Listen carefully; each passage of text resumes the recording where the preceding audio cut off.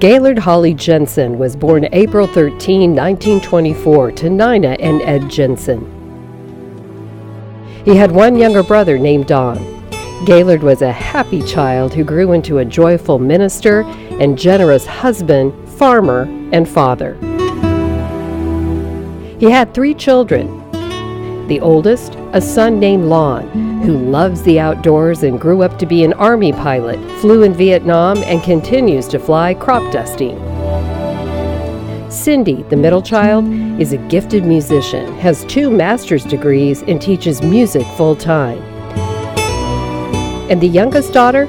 That's me. My name is Jill, and I grew up to be a reporter. This story is about our dad.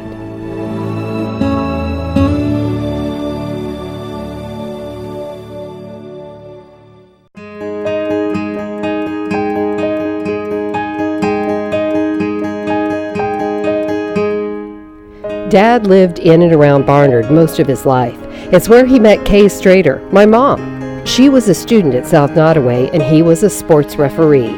He was also smitten. With 11 years between them, my grandmother Mabel sent Mom straight off to college at KU in Lawrence after graduation, presumably to break them up. Instead, Dad followed her, and they eloped in the chapel on campus. Mom said she broke her heel, and Dad carried her down the sidewalk, which I always thought was very romantic. It would be a metaphor for the many times he carried all of us throughout our lives. Both Mom and Dad loved to travel. On their honeymoon, Mom decided to surprise Dad with a chic, short haircut. True to his kind and gentle nature, he didn't say a word about missing her long locks. Still, Mom said his face showed how he really felt. She wore her scarf the rest of the trip. Dad came from a strong Danish family of musicians who migrated from Copenhagen. This is great-grandpa Andrew and his wife Carrie, with 7 of their 15 children who survived.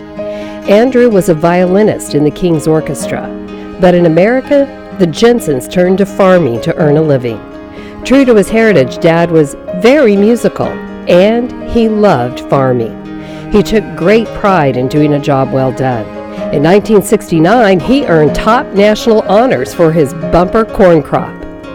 Dad served 10 years on the board of directors for the Farmers Co-op in Maryville, owned and operated the grain elevator in Barnard for a time, and had ownership at one point in a sale barn. By some standards, Dad was considered a big farmer, with acres and acres of row crop, pastures to care for 150 head of cattle, ponds to hold a good mess of catfish, an occasional mule, and as Mom would say, too many smelly pigs.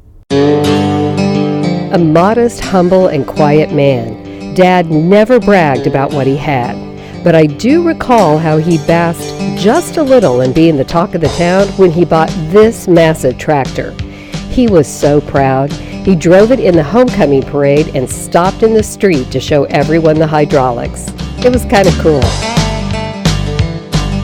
The day I started first grade, Dad moved us from a small ranch house to a 100-year-old 2-story farmhouse on the blacktop between Barnard and Guilford. It took him 7 winters to remodel it, working only after harvest, laying hardwood floors and making Mom custom cabinets. He loved working with wood and shared his talents with others, such as building playground equipment and making trophies for South Nottoway schools, where he also served on the board for 13 years. His hands, although rough from hard work, were as gentle as his spirit. The name Gaylord is French in origin and means brave, but we nicknamed him Happy Jesus. He was devoted to his ministry in the RLDS and Community of Christ Church.